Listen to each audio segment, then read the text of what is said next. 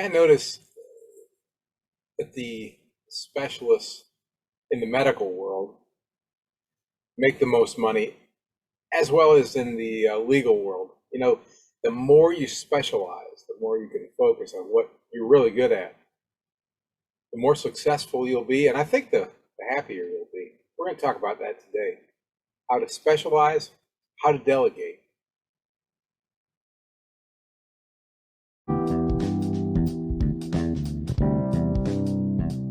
If you buy and sell vehicles for a profit, or you want to, you're in the right place. This is the Flipping Genius podcast. Our number one goal is to help our listeners make more money. Every episode, we share information, ideas, and experiences of real-life car flippers. I'm Randy Lee. I'm the host of Flipping Genius. I've flipped cars most of my life. For over a dozen years now, I've been a licensed dealer. I am working to build the best podcast about successfully flipping cars for a consistent profit. Let's get to it, flippers.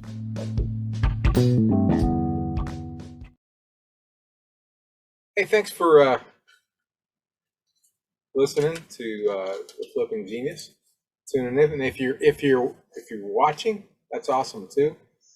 You can find Flipping Genius at all of the outlets for podcasts that I know of, and if you have any problems finding us, feel free to send me an email to flippingquestions@gmail.com. Sometimes I don't know what's out there because I don't know everything, obviously. Today I'm going to talk about what I do know and about how I use what I do know to reach my goals and to obtain the best position that I can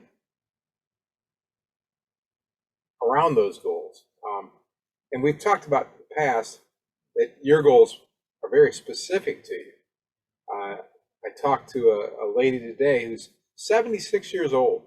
She's been in her business for 40 years, and she's trying to wind down and get out of it, but she is a hardworking person, and her focus and her goals at age 76 obviously are different than they were at age 36 or 26. 36, that's how old she was when she started the business that she's in. Isn't that fascinating? And she's not working because she has to. She's working because she wants to. And she enjoys what she does. I think of my brother. My brother's in a situation like that. He's a little bit older than me, very financially successful. He loves what he does, but he'd like to play a little bit more golf. But he's very conscientious, so he's committed to not only to his business, but his customers. And so it's hard for him to break away. And I think as car flippers, we've got to look at where we're at and where we want to be. And that's going to be different for all of us. And I've been doing a lot of that lately. So that's why I thought it was a good idea for me to talk about the hats that we wear in the car flipping business, and all the hats that we can wear and which ones we want to wear. And I what I'm talking about is all the things we do in car flipping, and as if it's an occasional flipper or if you're a full-time dealer, there's a lot of things involved, but it's all kind of basically the same. And it really doesn't matter if you are flipping old transportation vehicles like I do, or if you're flipping classic vehicles that are selling for hundreds of thousands of dollars. The basics are kind of similar. They're probably a little more detail in when you're flipping a 55 Cadillac, and you have to make it look pristine, or if you're doing something more specialized than if you're flipping a 2004 Impala and your goal is to make it safe and sellable, and flip it and make $1,000 profit and move on to the next one like I do. But we're going to talk about those hats you can wear and whether or not you should be wearing them. And the best way for me to talk about that is address myself. I'd love to have this talk with some of you. If you're in the car flipping forum, I would love to have a one-on-one discussion with you, or even a one-on-two or one-on-three discussion with you, and find out how you treat this, how you do your business. Because if you'll share with me and share with our audience, you can help a lot of other people, and I think it'll help you too. Because it's kind of like business counseling, I believe. And as I was making these notes for today's discussion, I really found it to be helpful for me to analyze this as I enter into I guess maybe a new phase of where I'm taking my business. But like I said in the introduction, if you look in the parking lot at the golf course, as you see the folks drive in, the guys with the nicest cars, well, they may have just got the biggest car loan, but the people who are making the most money are the people who focus on a profession down to what they're really, really good at. And and I find business a lot more enjoyable if you do what you're good at. So let's talk about that. I mean, in whether it's medicine or law or business, that is a universal truth. I think that the more hats that you wear, probably the less money that you make, because we can't do everything well. Now, some people, that's probably truer than others. And if that's what you do, or if that is your thing, that's fine. I'm not trying to take you away from what you like to do. I'm trying to help you do what you do as well as possible. And it's funny because I thought of this story. I don't know if it has anything to do with it. I just thought of a golf course story that happened a long time ago. Excuse me, I'll drink a little Kickapoo Joy Joy's. In this case, it looks like it's Powerade. When I was a kid, my first job ever was as a caddy at a place called Inverness Country Club in Toledo, Ohio, a beautiful golf course. And we had to get up early in the morning. I had to ride my bike 5 miles, 5.1 miles to be exact. I know that now because we have Google, and I could search it. And we had to be there, I think, by 6:30 in the morning in order to get on the docket so that we could caddy. Actually, we had a badge that represented ourselves, and we throw it in this box. And then the caddy master, his name was Buddy Smith. I still remember that all those years ago. Yeah, that was 51 years ago. Buddy would reach in that box and pull out your badge number, and then he'd record it on a sheet, and that was the number that showed when you would go out to work. So even though you got there at 6:30, you might not get a job until 8:30 if you got a bad badge draw. So you wanted to get lucky and get a good badge draw. It's kind of like the lottery. So all the caddies would sit around and wait to work. We'd also play basketball and pool if we weren't going to get to work early, and probably did a few other things too. But one thing I remember is that as the cars would roll up, the drivers would get out and they would open their trunk, and you run over to help them get their golf clubs out of the trunk and set them up alongside the caddies. And usually they would give you $1 or sometimes $2. That was a big deal when I was 10 years old. If you got $1 or $2, that was good, because you could caddy for the next 4 hours and only make maybe $6, $7. So if you got to get $1 just for getting a couple bags out of the trunk, that was pretty great. But there were certain golfers who would not give you any money when you do that. And gradually, as I grew in seniority at the golf course over the next few years, I also grew in size, and I was a little more persuasive with my fellow caddies. And when one of those guys came who did not give us a tip, we wouldn't run over and help with the bag.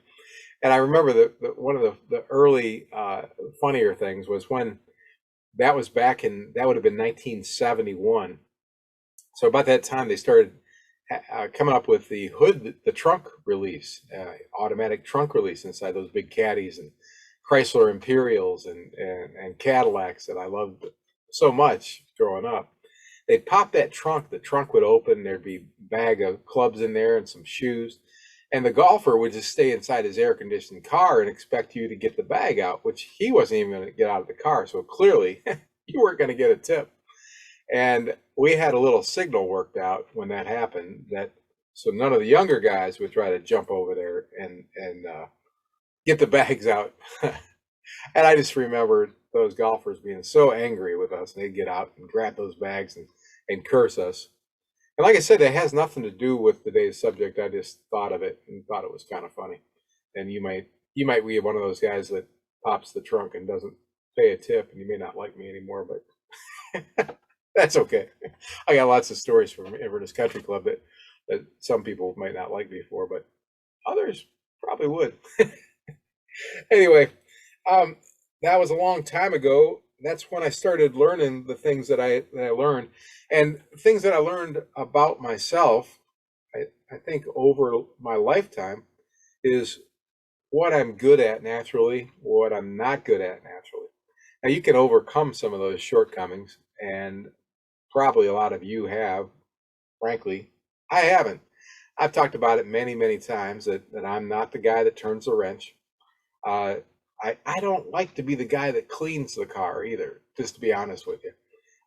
In the end, when the car's all clean and sparkly, I like it, but I'd rather it just be clean. I'm good at taking the pictures of the car, and I'm good at marketing the car, and pretty good at selling the car. Those are some of the things I'm good at that I like doing. I'm good at buying cars. I know how to buy them at the right price. Those are some of the things I am good at. But the things I'm not good at, I try to delegate. And that's what we're going to talk about today a little bit, about delegating. Because I really think the more hats you try to wear, the worse off you're going to be. But you've got to find people you can delegate to. Now, you may have a staff of employees. I don't.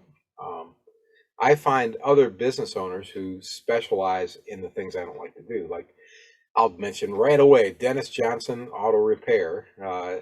I've mentioned so many times, Dennis and his guys there do all my mechanical work. I found that I can trust them. They look out for me, and they're the ones who are going to do the final analysis. Now, I have to do a little analysis beforehand, but when it's time to do the work, I go to Dennis and he tells me what needs to be done in order for me to reach my goals, and then I pay him to do that. Other things along the way, the cleanup. I do some of my own cleanup, but I prefer to use somebody like Jay at Potter's Pressure Washing Pleasures. I can never think of Jay's company name, but he's a local guy here that does pressure washing and auto detail. Does a fantastic job. And I should use Jay more often. He comes out and he does the work right here. I've got a guy, a Big Al, that does all my windshield replacements. I've got other people for tire replacement, other people to do the details, the things I don't like to do, the things I don't know how to do. And I've built that team over the years, and that helps me stick to what I do like to do. So what I thought to do is I want to talk about what the steps are to flipping a car, just in general, because I think these are generally the same everywhere. And we're going to go over those steps and talk about whether or not it's something you should do or whether or not it's something you should delegate. And if you're going to delegate it, how can that be done? But before we do that, I thought I'd talk a little bit about the delegating process. If you've got people who work for you, whether they be an employee or they be a business that you're hiring to subcontract that work through, I think a couple things that I learned online, and I'm forgive me, I don't remember the gentleman's name that I listened to this week. I'll have to try to get that information. I might invite him on the show. So if anybody recognizes this information, I'm going to say right now that I just learned it this week from somebody else. I can't say I learned the information, but it refreshed it in my mind. I thought it'd be a good thing to share with you. And I'm constantly looking for people to share the microphone with me so that I can share deeper knowledge with you. So if you have anybody that you think would be beneficial, including yourself, please reach out to me, flippingquestions@gmail.com, and we'll have a talk about that. When you turn over a part of your business to another individual to do the work. Number one, you want to make sure that it's somebody that you can trust, and of course that'd be a good idea to work into it gradually, get some referrals. But once you find this person and you're turning the business over to them, one of the things you're going to have to do is have some trust. That's going to be built over time. Don't go crazy. It's your business, so you've got to protect your baby. You've got to make sure things are done right. But once you know that these people can be trusted, that's a big thing to folks. When they feel that you trust them, they want to work for you more. And a couple of the words that came up this week in a brief video that I watched on Facebook from a gentleman that coaches car dealers and other businesses are the words nurture and notice. And I think these are really, really smart words to keep in mind. As you turn over a job to somebody, whether it be repair work or whether it be detail work, or whether it even if it's sales or marketing or purchasing or analysis, whatever these things are, we'll talk about all those things. It's very important that you nurture those relationships so that they are fully cognizant of what you're trying to accomplish and aware that you value them. And one of the things is to notice that, and notice what they're doing and thank them, compliment them, occasionally give them a bonus. And think about that. It's such a valuable thing.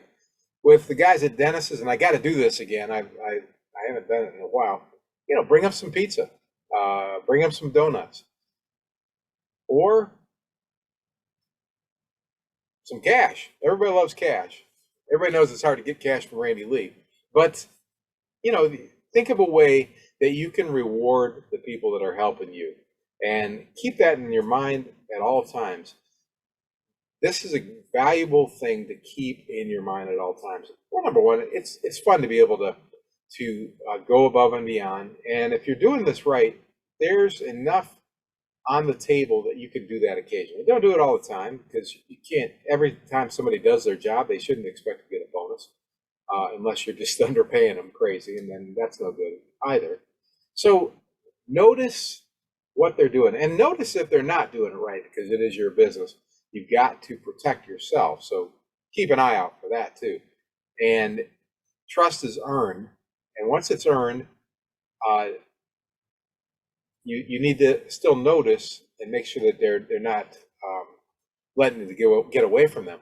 I mean, honestly, over the years, I've had situations where trust was earned and then it was not re-earned, and I had to move on to another source, and I have, because I noticed that I wasn't being treated the way that I thought I should be treated.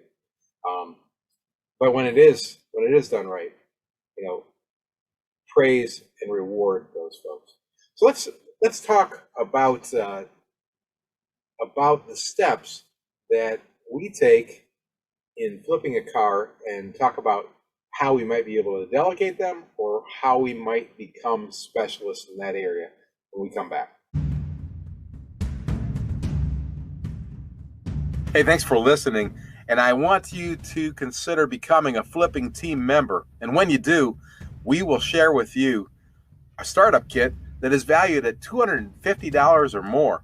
And each month, you'll get our flipping team member success pack, which is also designed to help you make more money. Each and every month, you'll get more bonus material and other information because you're a flipping team member. Go to flippinggenius.com and click on the Flipping Team Member button to learn more. Okay, we're going to talk about the different steps in flipping vehicles in general. I want to start off First off, with the search and discovery of vehicles, we've talked about this in the past, different ways that we find vehicles. I particularly enjoy finding vehicles I can purchase from individuals, and one of the ways I do that, of course, I've talked about in the past, is my head on a swivel, and different techniques I use to get the phone to ring. Um, and then once that phone rings, what do I do next? I I'm going to do an analysis. So there's a variety of ways that we can search and discover vehicles. Another thing that I do 2 or 3 times a week, I do an analysis of vehicles that are being sold at auction. So I narrow an auction down from 400 to 600 vehicles that are being sold on a given day at an auction, down to usually someplace between 20 and 50 vehicles that I'm actually going to consider. Um, this is something I do. I have yet to find somebody that can look out for my interests the way that I look out for my interests in this area. Now, that's not necessarily the case for everybody. You may choose to bring on a partner who is specifically for this. They may run down the list and break down the vehicles at an auction.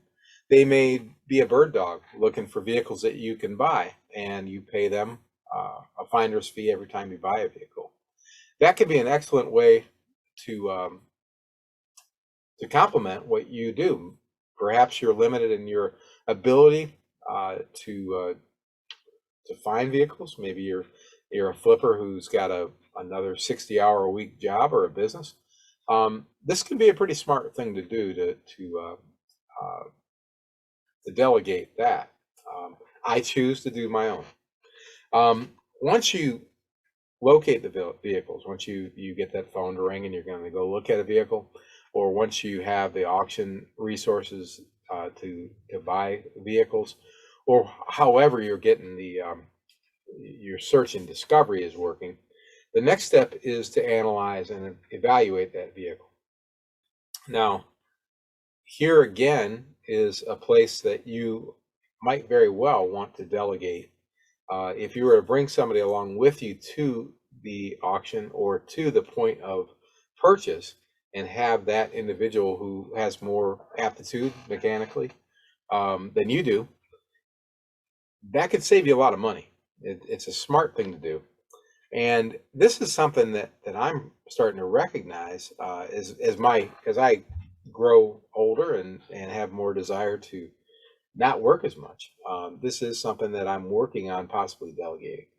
Uh, if I have a second party that can go and look at the vehicles in my stead and give me a good breakdown where I trust them, I can pay them either based on the vehicles that I purchase or based on all the vehicles that they look at.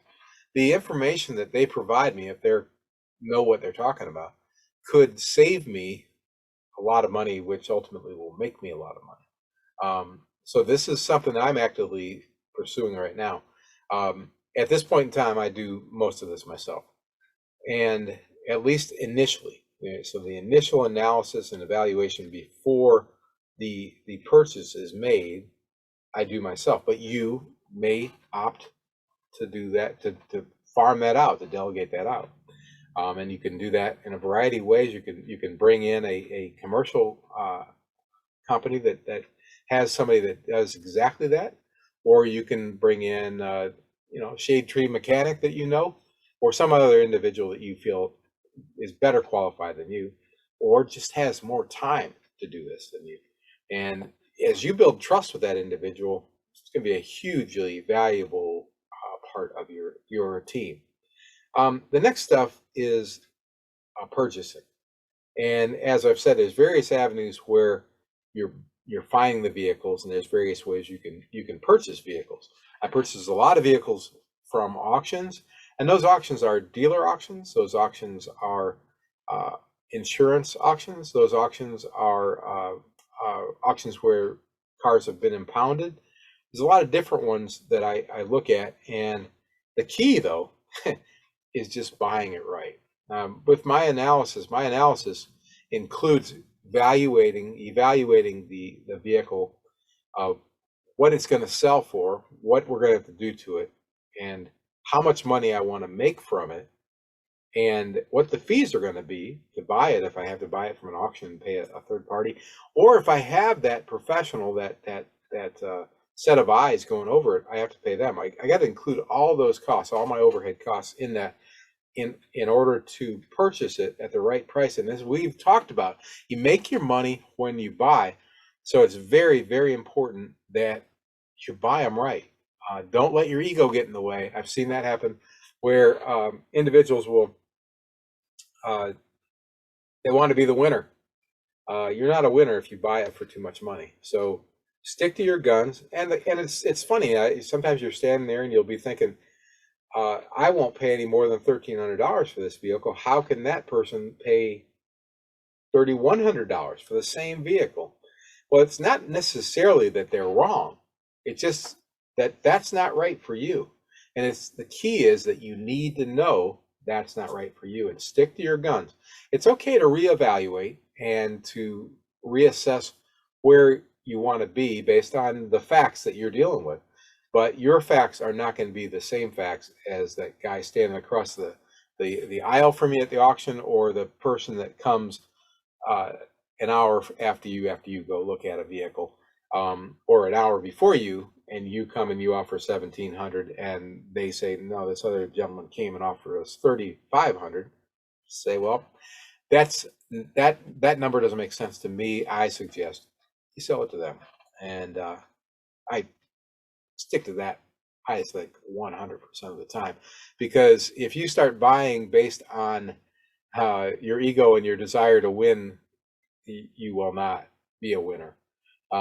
So purchasing is very key. It's something that I feel that I probably will never give up.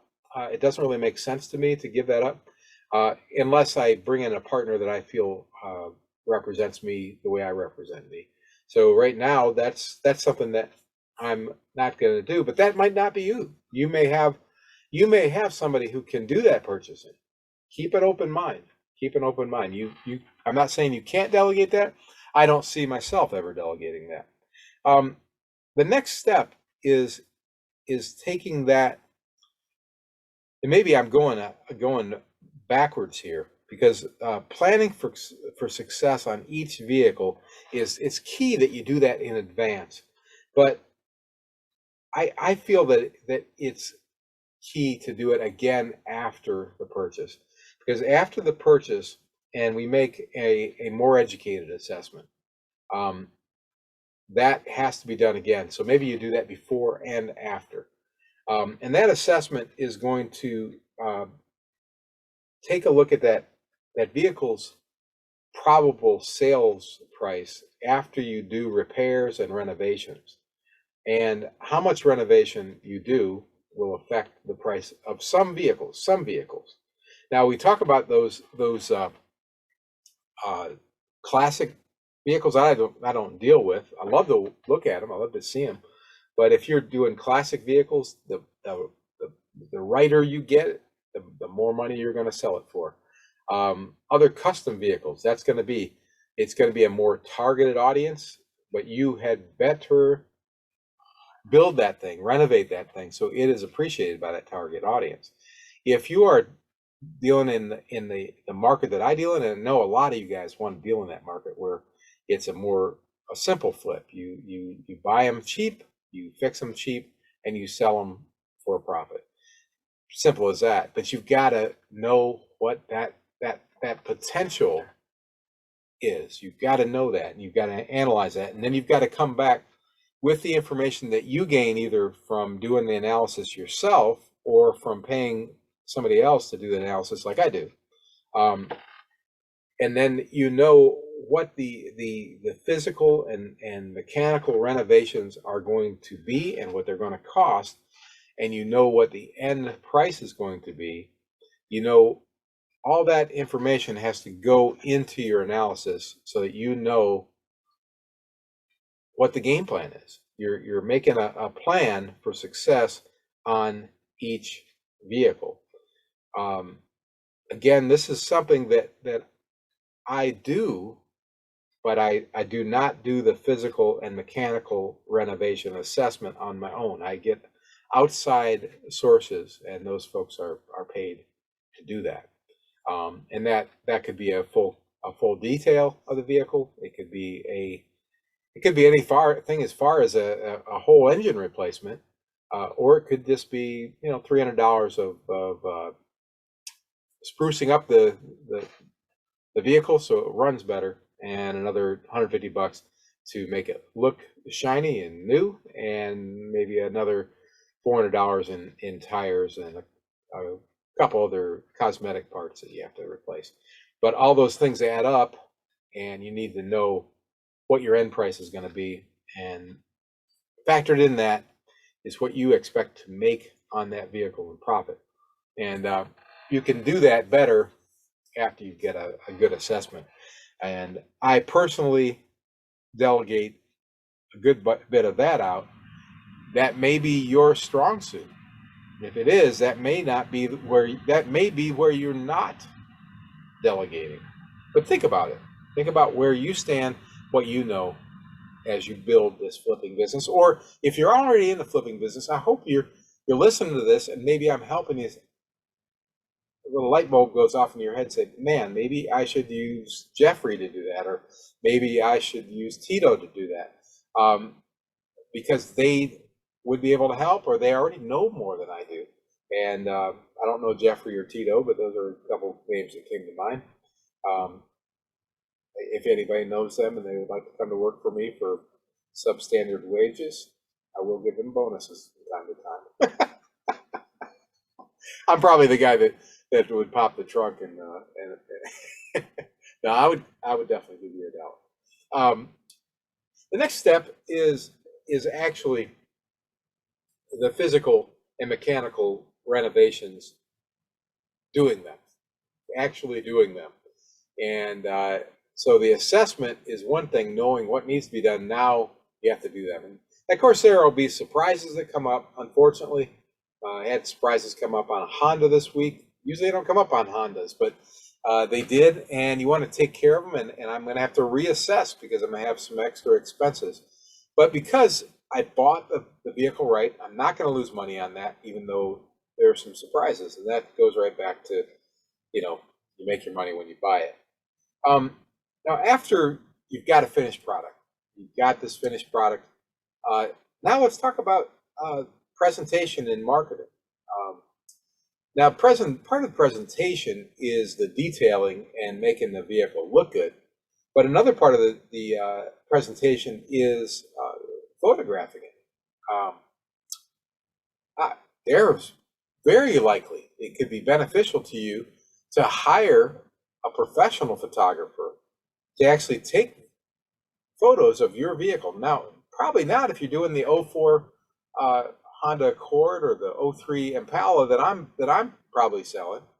But if you are selling a 2000 model Honda Accord or a 1955 Cadillac, the better the pictures, the better the marketing. So I definitely see hiring an outside source to do the photography if that's something that you feel would make the presentation better.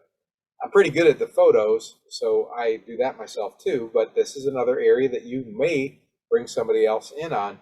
And I'm telling you, if you're talking about 30, 40, 50, $60,000 vehicles, it is worth it to spend 100 to 100 and a half to get this thing looking right. I mean, online, get the right pictures. Same thing with marketing.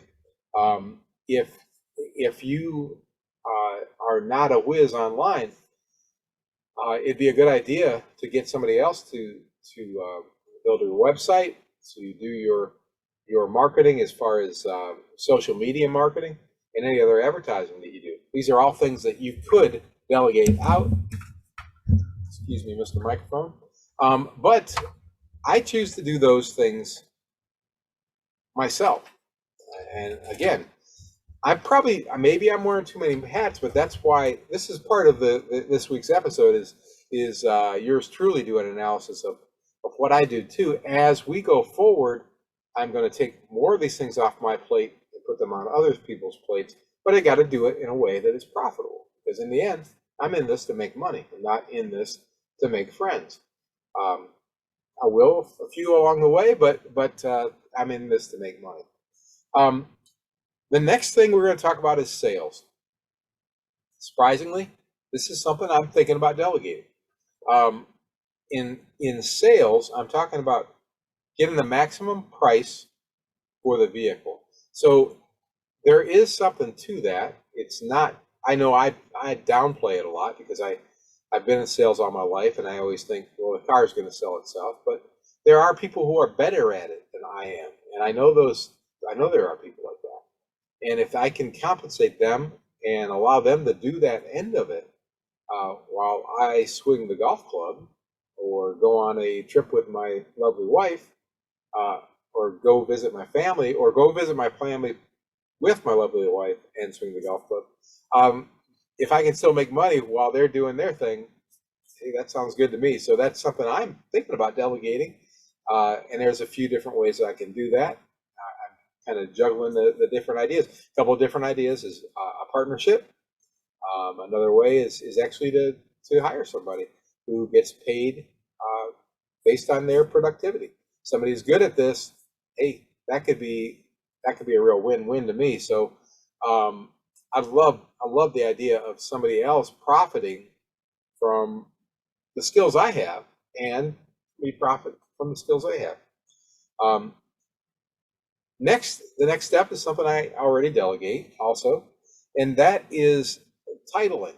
Uh, as a licensed car dealer here in Alabama, we have to be responsible for the title and taxes, and that is something that I delegate to a highly professional individual who does this with almost no errors and takes that off my plate once I get the paperwork that is proper, turn it over to her, and she takes care of those details so that it is done correctly, the title is correctly done, and the record keeping is filed correctly, and the taxes are paid as they're supposed to, and I have no worries of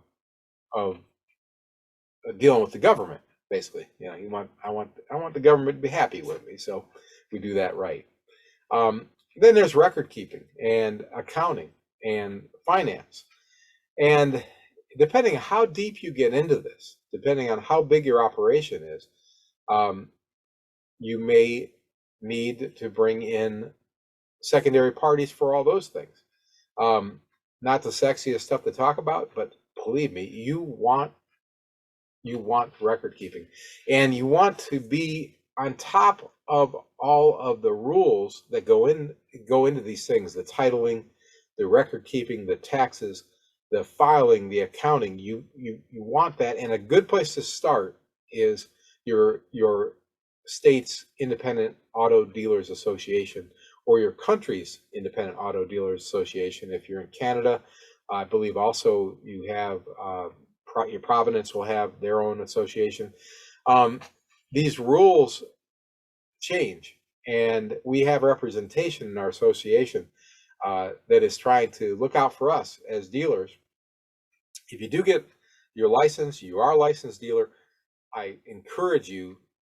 I could not encourage you more to become a member of that association and then take advantage of everything they offer you in the form of continuing education, updates on the rules that are available to you both nationally and locally. It's vital. It is vital to the success and continuation of your business that you know what those rules are. We've talked about them a few times. A few times I've had the leader of our association here in Alabama on. Had a few other folks on that are aware of some of these things. This stuff changes all the time. It is a small price to pay, and it more than pays for itself. And then once you do that, and as you interact with others in your profession, you're going to find other potential delegation points, other potential partners, and all of that can be extremely beneficial to you and your business. Now, my goal, is frankly these days to do as few of these things as possible and to get the largest percentage of the profits as possible. That is what I want to do. I guess that's really what I wanted to do from day one, but at this point I recognize what that looks like. And I recognize too that I can do that better by doing what I do best and letting other people do what they do best for me so that I can be more efficient. And I think that's what we wanted to talk about today. I hope this helps you uh, help shape your flipping business. And if you've got questions, if you've got suggestions, if you've got ideas to share, come join the Car Flipping Forum and share them with all of us on there. Please interact with your brother and sister flippers and car dealers from all across the world. We have well over 500 members now and growing all the time. And I really encourage you to participate and to be involved in that group. If you'd prefer to write me directly, feel free to write me at flippingquestions@gmail.com, or you can directly contact me on the forum as well, or you can directly contact me on the website. You see it above my head here, flippinggenius.com, flippingenius.com. And if you're saying, Randy, I don't see anything because I'm listening on just audio, I apologize. I do want you to know that it is available on video now too at the Flipping Genius YouTube channel, along with over 100 videos, and a lot of our episodes are on video, and we're doing that every week now, at least for the time being. There may be a time when I don't feel like doing it, so I don't want to lock myself in. But that is what we're doing right now. So you can watch on YouTube. You can watch the videos also on flippinggenius.com. You can hear the podcast wherever podcasts are heard. I believe all of the episodes are available everywhere. Somebody just asked me on Spotify, they couldn't find all the episodes. I looked and I found all 119 plus at that point. So just search a little bit more. A lot of good things coming down the pike. I do encourage you to consider becoming a flipping team member or a flipping partner or a flipping champion. It helps support the cause here at Flipping Genius, and we try to reach out and help you help yourself in any way we can. One of the ways we're going to help in a situation like that is help you identify what you're best at so that you can delegate more to somebody else and increase your percentages and increase your freedom. Freedom is a good thing. Freedom is my goal, and I am so happy to live in the United States of America. Hey, I'm serious. I am. Let's work together.